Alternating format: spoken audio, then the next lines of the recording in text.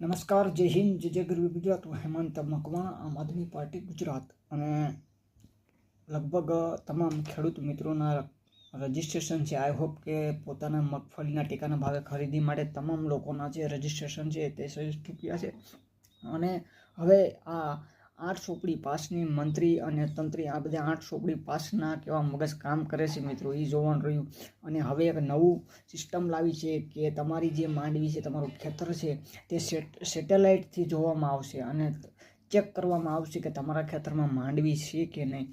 અને આ એક નવું ગતકડું છે તે ભારતીય જનતા પાર્ટીની સરકાર દ્વારા છે તે લાવવામાં આવ્યું છે. અને એમાં બેઠેલા છે 2 ચોપડી 5 ચોપડી મંત્રી છે, તેણે આ નિયમ છે તે લાવ્યા છે. અને આ ચેક કરવાનું રહેશે કે તમારા ખેતરમાં માંડવી છે કે નહીં. અને જો તમારા સેટેલાઇટની અંદર જો તમારી માંડવી કે કાંઈ નહીં દેખાય તો તે તમારું ફોર્મ છે તે રિજેક્ટ કરવામાં આવશે અને તને 3 દિવસનો સમય આપવામાં આવશે.